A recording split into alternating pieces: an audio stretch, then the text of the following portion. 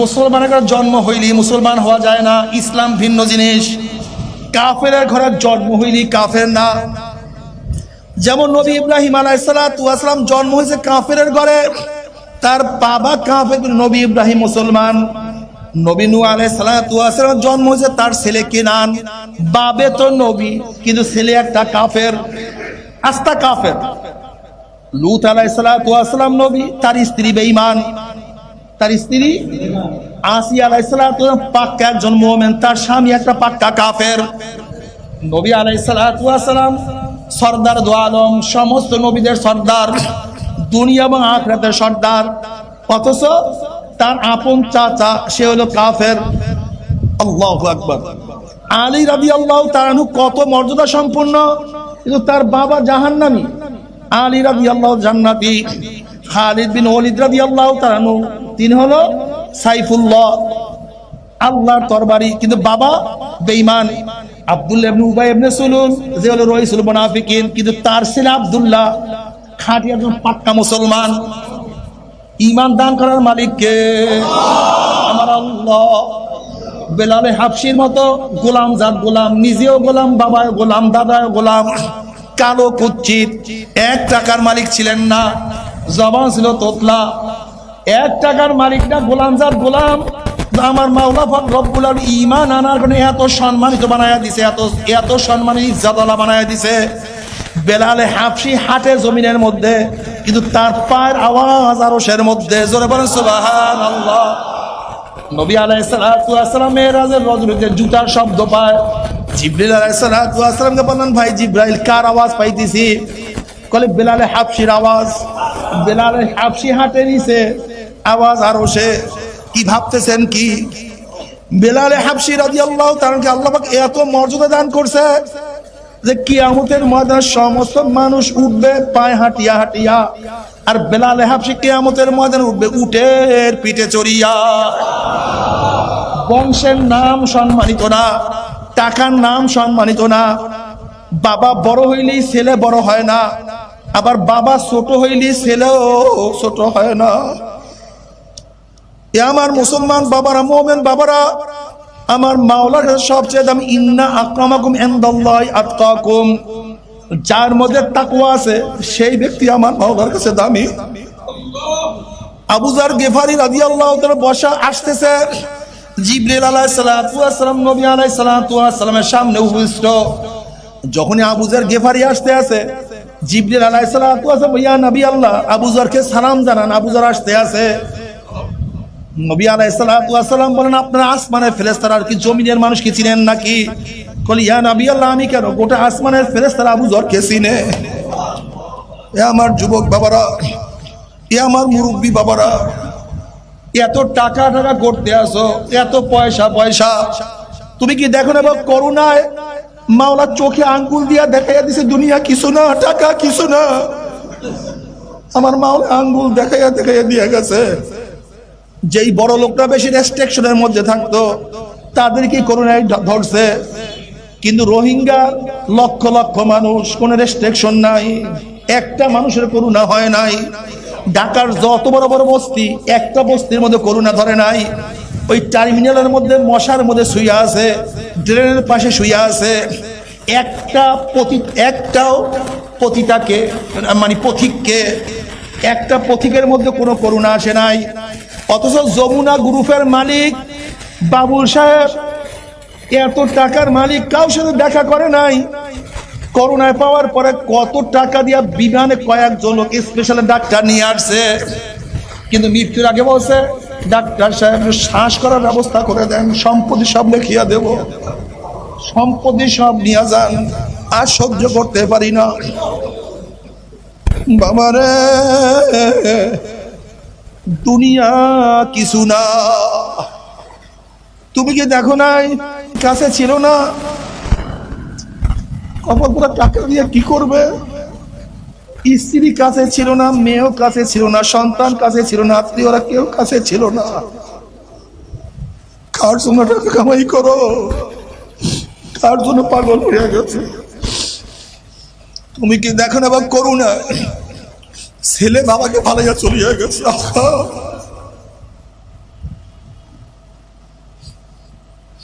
তুমি কি দেখছো স্বামী আসছে বিদেশ থেকে স্বামী আসছে কয়েক বছর পরে, এই বছর কত ঘটনা মাওলায় দেখাইছে। বিদেশ থেকে আসছে স্বামী,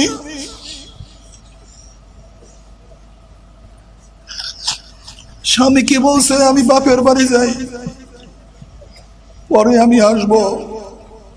এতদিন পরে আসছে, কোনো মায়া নাই।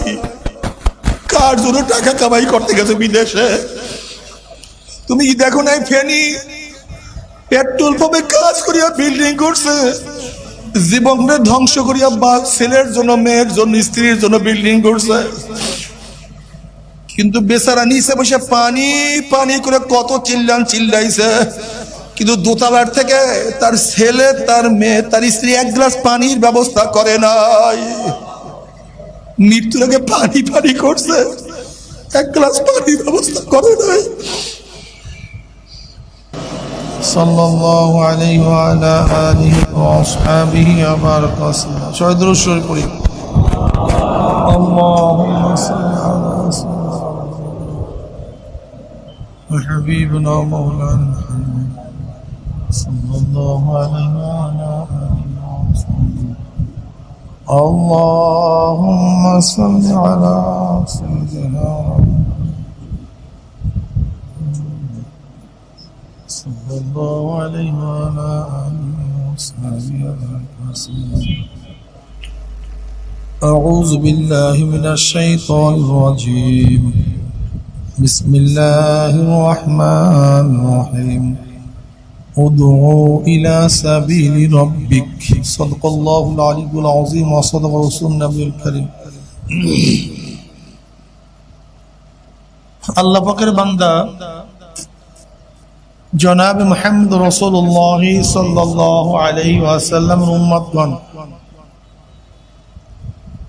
আল্লাহ পাক রব্বুল আলামিন আপনাকে আমাকে আজও পর্যন্ত হায়াতে রেখে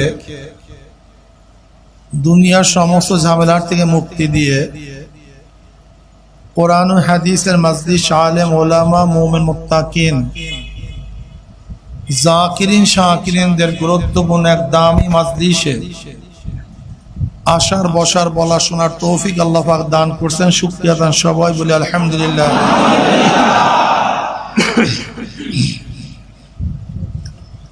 অনেক মানুষের কাছে দাওয়াত পৌঁছে সবাই আসতে পারে নাই, আবার কারো তো আসার ইচ্ছা ছিল, অসুস্থ, হসপিটালে ভর্তি, কিন্তু আল্লাহ পাক রব্বুল আলামিন আপনাকে আমাকে সুস্থ রেখে সমস্ত প্রতিবন্ধকতা দূর করে দামি এক মাজলিস, যেই মাজলিসের সম্মানার্থে গোটা এরিয়াকে ফেরেশতায় ঘিরে ফেলেছে, যেই মাজলিস উপরে অনবরত আল্লাহ পাক রহমত এবং সাকিনা বর্ষণ করতেছেন, যেই মাজলিস সম্পর্কে খোদ আল্লাহ পাক ফেরেশতাদের সাথে আলোচনা শুরু করছেন, যেই মাজলিস থেকে বিদায় হওয়ার পরে আশা করা যায় যখন মাজলিস ছাড়বে আল্লাহ পাক ফেরেশতাদেরকে ডাক দিয়ে বলেন, উশহিদুকুম আন্নী কাদ গাফারতু লাহুম, এ ফেরেশতারা সাক্ষী থাক, গোটা মাজলিসের বান্দাদের গুনাহ আমি সব মাফ করে দিয়েছি। এই মাজলিস এত গুরুত্বপূর্ণ, এত দামি, যখনই আল্লাহ পাক মাফের ঘোষণা দিবেন, এক ফেরেশতা বলবেন, ফিহিম ফুলান লাইসা মিনহুম ইন্নামা জালি হাজাতান ইয়াকুলু আযজা ওয়া জাল্লা হুমুল জুলাসা লা ইয়াশকা জালিসুম, রাহুল বুখারী। এক ফেরেশতা বলবে, মাওলা হে সবাইকে মাফ করিও না, ফিহিম ফুলানুন লাইসা মিনহুম, এর মধ্যে এমনও কিছু লোক আছে যারা এই গুণে গুণান্বিত না, এই গুণে গুণান্বিত না, তারা জিকিরের জন্য আসে নাই, জান্নাত চায় না, জাহান্নামকে নাজাতও চায় না, তওবা করার জন্য প্রস্তুত নয়, অমুক অমুক অমুক তো আসছে অমুককে খোঁজার জন্য, অমুকে আসছে সমালোচনা করার জন্য, অমুকে আসছে মাইক চালাবার জন্য, লাইট জ্বালাবার জন্য। ফিহিম ফুলানুন লাইসা মিনহুম, এই মাজলিসের মধ্যে এমন কিছু লোক দেখা যায় যারা এই গুণে গুণান্বিত না। তুমি সবাইকে মাফ করলা কেন? এই গুণে যারা গুণান্বিত তাদেরকে মাফ করো, কিন্তু সবাইকে মাফ করার যুক্তিটা কি? আল্লাহ পাক কি জবাব দিলেন? হুমুল জুলাসাউ লা ইয়াশকা জালিসুহুম। শোন ফেরেশতা, এই মাজলিস আমার কাছে এত গুরুত্বপূর্ণ, এত দামি, কে কোন কারণে মাজলিসে ঢুকছে দেখার বিষয় নয়, যারা ঢুকছে সব মাফ হয়ে গেছে। আমি অনেক সময় উদাহরণ দেই, আপনি জমিদার বাড়ির পোষাবাড়ের বরযাত্রীর দাওয়াত পান নাই, কিন্তু মেহমানদের সাথে আপনি মেহমানখানায় ঢুকে গেছেন, কার্ড পান নেই, কার্ডবিহীন মেহমানদের সাথে মেহমানখানায় ঢুকে গেছেন, দস্তারখানে বসিয়া গেছেন। এখন কি খাদিমদার বলবে ভাই তোমার কার্ড আছে কিনা, দাওয়াত পাইছো কিনা, কার্ড আছে কিনা, দাওয়াত পাইছো কিনা? কেন? এটা ইজ্জত আব্দুল খেলাফ, এটা ভদ্রতার খেলাফ, এটা ভদ্রতা না। দস্তারখানে বসায় তোমার কার্ড খোঁজ করবে, কার্ড আছে কিনা, দাওয়াত পাইছো কিনা। তুমি দাওয়াত পাও অথবা নাই পাও, তোমার কাছে কার্ড থাকুক অথবা নাই থাকুক, যদি বরযাত্রীদের মেহমানের সাথে দস্তারখানে বসতে পারো, তাহলে তাদের জন্য যে খানার ব্যবস্থা, কার্ডওয়ালাদের জন্য যে ব্যবস্থা, কার্ডবিহীনদের জন্য একই ব্যবস্থা নাকি ভাই? কার্ডওয়ালাদের জন্য যেই খানা, কার্ডবিহীনদের জন্য কেন? কাদের সাথে বসছো? বরযাত্রীদের সাথে, মেহমানদের সাথে। আমন্ত্রিত মেহমানের সাথে বসার কারণে তুমি কার্ডধারী কি কার্ডধারী না দেখার বিষয় নয়, বসছো, সবার খানা সমান। যদি দুনিয়ায় কার্ডওয়ালাদের সাথে বসলে বিনা কার্ডওয়ালারাও একই আপ্যায়নে ভূষিত হতে পারে, আপ্যায়িত হতে পারে, তাহলে আমরা আল্লাহওয়ালা না, আমরা ওই গুণে গুণান্বিত না, মাপ পাওয়ার মতো যোগ্যতা আমরা রাখি না। কিন্তু আল্লাহওয়ালাদের সাথে যদি বসতে পারি, যখন তাদের উপরে মাফের হুকুম আসবে, ঘোষণা আসবে, তাদের সাথে থাকার কারণে আল্লাহ আমাদেরকে মাহরুম করবেন না, তাদের সাথে আমাদেরকে মাফ করে দিবেন। হুমুল জুলাসাউ লা ইয়াশকা জালিসুহুম, বুখারীর রওয়ায়াত। ধানের সাথে চিটা থাকে, আলাদা করলে 1 টাকাও বিক্রি হয় না। চাউলের সাথে চাউলের রঙের পাথর থাকে, আলাদা করলে 2 পয়সায় বিক্রি হয় না। কিন্তু চিটা গুলি যদি ধানের সাথে জড়িয়ে থাকতে পারে, ধানের দরে বিক্রি হয়ে যায়। যদি পাথরগুলি চাউলের সাথে জড়িয়ে থাকতে পারে, চাউলের দামে বিক্রি হয়ে যায়।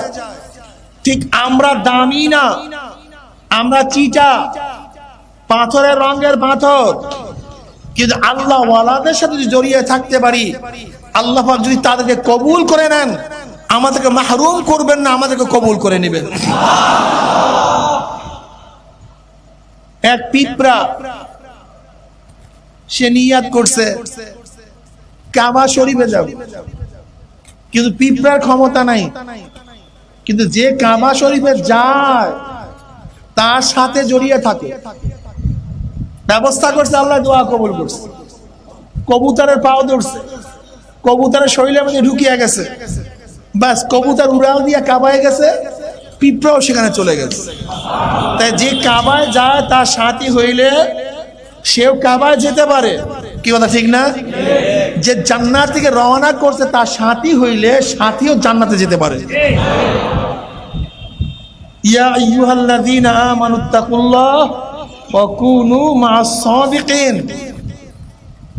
অনেকেই বলে হুজুর একা একা চলতে পারবো না, একা একা যাইতে পারবো না, কারো অনুকরণ করতে হবে কেন? আমরা ফাইজলামি পাইছেন নাকি? আমরা কি জ্ঞানী না? আমাদের কি এলেম নাই? আমরা কি বুঝি না, জানি না? কিন্তু একজনের কাছে যেতে হবে কেন? এই ব্যক্তি দিনের ব্যাপারে এই প্রশ্নটা বারবার তুলে, কিন্তু এই ব্যক্তি এই প্রশ্ন কোনোদিন তুলে নাই। হুজুর আমি সায়েন্সে first class pass, intermediate first class pass, English সম্পর্কে ভালো জানা আছে, আমার জ্ঞানের কমতি নাই, আমি কেন মেডিকেলে ভর্তি হব? আমি নিজেই তো ডাক্তার হব। এই প্রশ্ন কোনোদিন কেউ তুলে নেই। কি কথা বলেন না কেন? হুজুর আমার একবার পড়লে মুখস্থ হয়ে যায়, আমার যে ভালো ছাত্র কেউ নাই, আমি কেন ইঞ্জিনিয়ার হওয়ার জন্য বুয়েটে ভর্তি হব? কেন লাইব্রেরি থেকে বই নাই? আছে, কেনা যায় না? অবশ্যই। পড়া যায় না? অবশ্যই। কিন্তু এই প্রশ্ন আজ পর্যন্ত কেউ তুলে নাই যে ভালো ছাত্র সব বুঝে, তা তুমি বুয়েটে যাও কেন?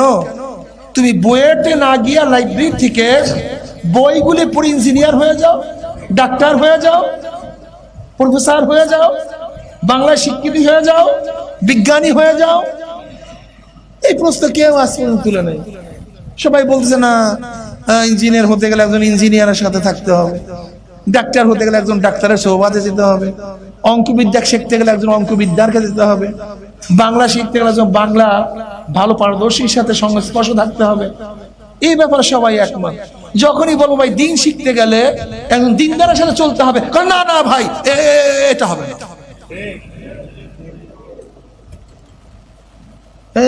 এটা হবে না। তার মানে কি জানেন? এই মাথা আপনার না, এই জ্ঞান আপনার থেকে আসে নাই, খ্রিস্টান ইহুদি পণ্ডিতের থেকে আপনার মাথার মধ্যে এটা ঢুকানো হয়েছে। এটা আপনার জ্ঞান না। কারণ দুনিয়ার যে কোনো জ্ঞানী বলবে যে কোনো কাজ শিখতে গেলে ওই কাজে যারা পারদর্শী তার স্বভাব এখতিয়ার করতে হয়। একজন কৃষক হতে চান, কার কাছে যেতে হবে? এ ব্যাপারে সবাই একমত, সবাই। একজন ড্রাইভার হতে চান, সাইকেল শিখতে চান, দেখেন দুনিয়ার যে কোনো কাজ করতে গেলে ওই কাজে যে পারদর্শী তার কাছে যাওয়ার ব্যাপারে দুনিয়ার কারোর দ্বিমত নেই, কিন্তু যখন দিনের কথা বলবো, আমার কাছে কিতাব আছে না, ওই যে কোরআন আছে, ওই যে হাদিস আছে, আমার কাছে বাংলা সব হাদিস আছে, হুজুর দেখেন না, আমি তো পণ্ডিত, আমি গবেষণা করি। এই লোক গবেষণা শুরু করছে কবের থেকে বলেন তো? কবের থেকে? জীবনভর মাদ্রাসার কাছেও যায় না, জীবনভর পড়াশোনা, কথা বলেন, মাদ্রাসায় আরবি কিচ্ছু, রিটায়ার হইছে, অফিসে জায়গা নেই, দোকানদারি নাই, ওলামানো 5 মিনিট কথা বলে না, স্ত্রী সময় দেয় না, মেয়েরা কাছে আসে না, এরা চলে গেছে আমেরিকায়, কেউ ইংল্যান্ডে, কেউ চাকরিতে ব্যস্ত। এখন বুড়া বেচারা কি করবে? এখন সে কোরআনের গবেষণা করে। বলে হুজুর কি করি? কোরআনের গবেষণা করছিস।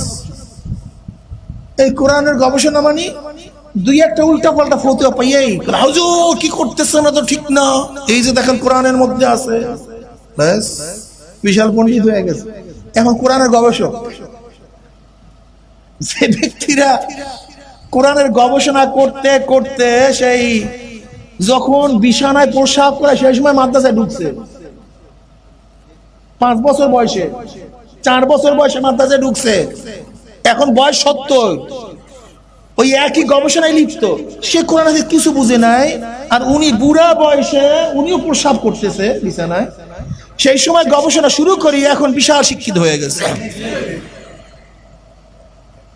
রাগটা করলেন নাকি? আমাদের দেশের অবস্থার বাস্তব একটা চিত্র তুলিয়া ধরলাম। বিশাল গবেষক, এবং শুধু হুজুরদের ভুল ধরে, শুধু মৌলবীদের ভুল ধরে, শুধু আলেম ধরে। আমি কি পারি না, আমি কি বুঝি না? না ভাই, সব জিনিস তুমি বুঝবা না। কিছু জিনিস আছে যা সব বাচ্চারা হবে না, বিশ্বাস হয় না। আচ্ছা বলো তো, তুমি জীবনভর তাজবিদ পড়বা, তাজবিদ, তুমি কারিয়ানা তাজবিদ কিতাবগুলি পড়বা, কিন্তু কোন কারি সাহেবের কাছে যাবা না। তুমি কোন অক্ষর উচ্চারণ করতে পারবা? বলে কেন পারবা না? কেন কত? কেন পারবা না বলো তো? শোনো, একটা কথা বলে রাখতে হবে তোমাকে, যতক্ষণ মস্ক না করবা তাজবিদ পড়িয়াই কোনদিন সূরা শুদ্ধ করা যায় না। যতক্ষণ পর্যন্ত যেই ব্যক্তি শুদ্ধ করছে এমন এক ব্যক্তির সহবাদ তার কাছে গিয়া ডাইরেক্ট শিক্ষা না গ্রহণ করা হয়, ততক্ষণ তাজবিদ পড়িয়া যেরকম কিরাত করা যায় না, ঠিক তদ্রূপ একজন আমলকারী যেভাবে আমল করে তার আমল না দেখে আমল শিক্ষা গ্রহণ করা যায় না। দলিল কি? দেখেন নবী আলাইহিস সালাতু ওয়াস সালামের উপরে নামাজ ফরজিয়াতের আইন তো আসছে। নামাজ কি ফরজ, এই ফরজিয়াতের আইন আসছে, কিন্তু জিবরাইল আলাইহিস সালাতু ওয়াস সালাম নিজে আসমান থেকে আসিয়া একবার যোহরের প্রথম ওয়াক্তে, শেষ ওয়াক্তে, আসরের প্রথম ওয়াক্তে, শেষ ওয়াক্তে, মাগরিবের প্রথম ওয়াক্তে, শেষ ওয়াক্তে, এশারের প্রথম ওয়াক্তে, শেষ ওয়াক্তে, ফজরের প্রথম ওয়াক্তে, শেষ ওয়াক্তে নিজে দাঁড়াইয়া ইমাম হইয়া প্র্যাকটিক্যাল আমার নবীকে নামাজ শিক্ষা দিছে। কি বুঝাইতে চান? যে ওস্তাদের অনুকরণ করা ছাড়া শুধু কিতাব এবং হাদিস পড়লেই, প্র্যাকটিক্যাল ওস্তাদের থেকে শিক্ষা না গ্রহণ করলে নামাজ পড়া যায় না। এটা নবীর শিক্ষা নয়, এটা গোটা দুনিয়ার উম্মতের শিক্ষা। আর আমাদের দেশে মাথার মধ্যে ঢুকাইয়া দিয়েছে কারোর সোহবাতের প্রয়োজন নেই, কারোর কাছে যাওয়ার প্রয়োজন নেই। তার মানে হলো, দেখবেন যেই পশু জঙ্গলের মধ্যে আলাদা হয়ে যায় তার অবস্থা কি হয়? হিংস্র প্রাণী আক্রমণ করে, হিংস্র প্রাণী তাকে আক্রমণ করে, সে বাঁচতে পারে না। ঠিক এই কিছু ইহুদি খ্রিস্টানদের দালালদের উদ্দেশ্য হলো মুসলিম জামাত থেকে ফিতনা করে কিছু মুসলমান আলাদা করে দাও, তারা শয়তান থেকে আক্রমণ করবে, শয়তান থেকে ছিনিয়ে নিয়ে যাবে, এর জন্য আলাদা করে দাও। আল্লাহ পাক নিজে বলেন কুনু মা সাদিকিন, তোমরা সত্য, যারা হক কথা বলে, হক ভাবে চলে, সাদিকিন সালিহিন, তাদের সাথীত্ব গ্রহণ করো। কে বলছেন?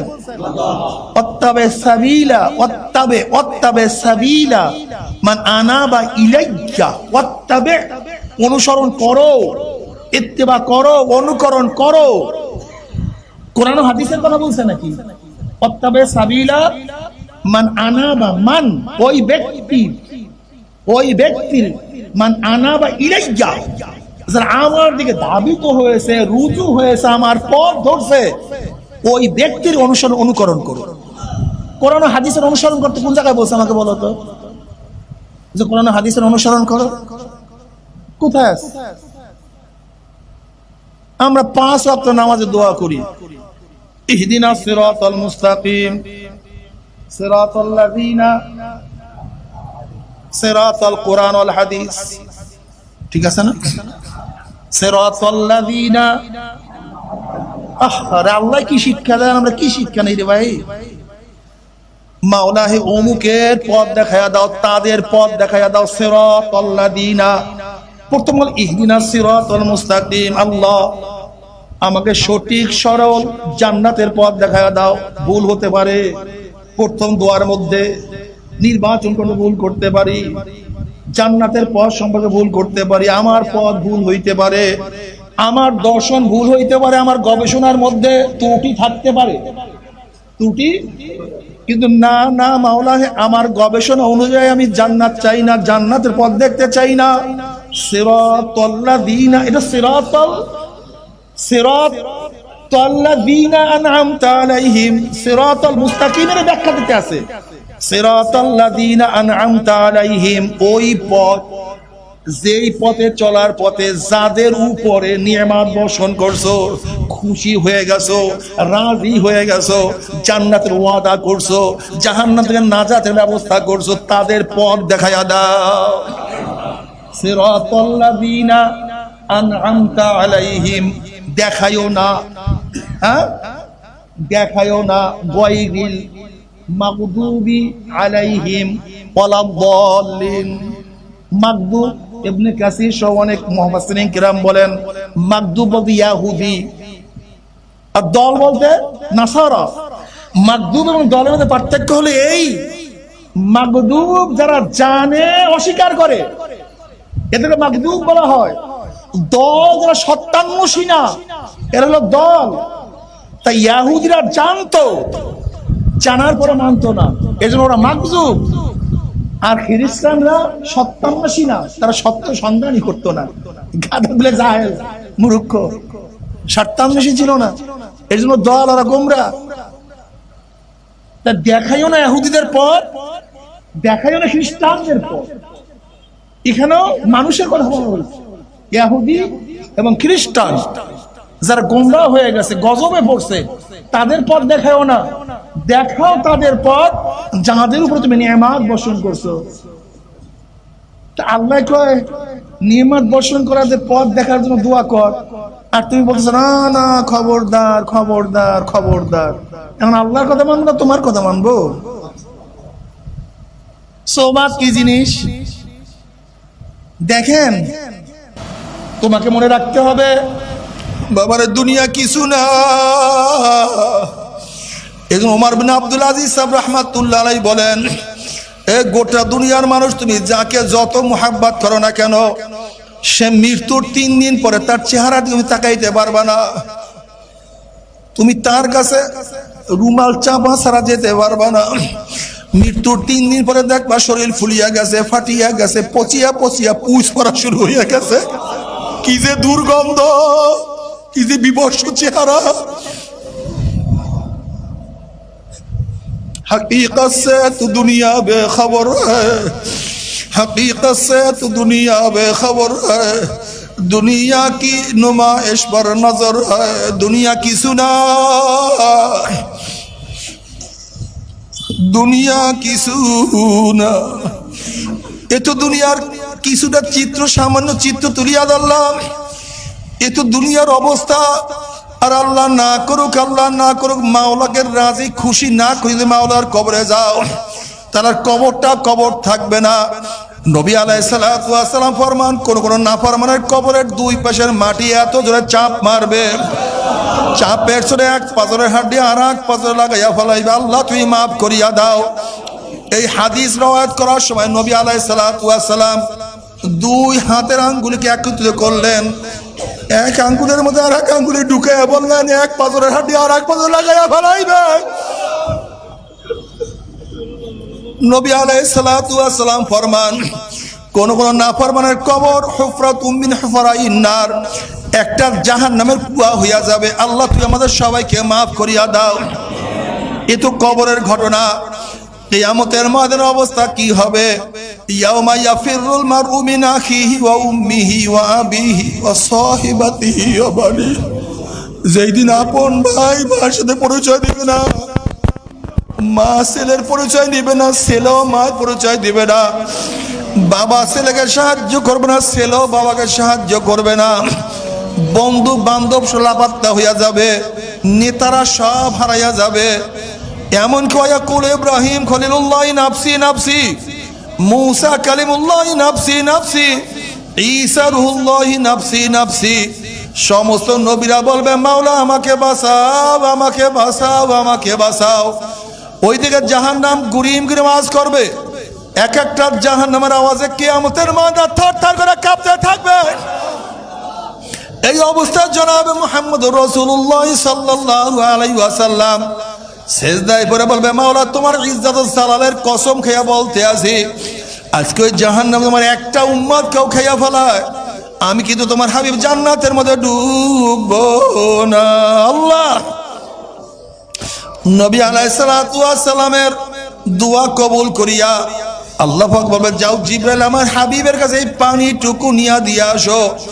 নবী আলাইহিস সালাতু ওয়াস সালাম যখন এই পানি জাহান্নামে গায়ে ছিটা মারবে, জাহান্নাম ক্যাত ক্যাত ক্যাত ক্যাত করে পিছনে সরিয়া যাবে।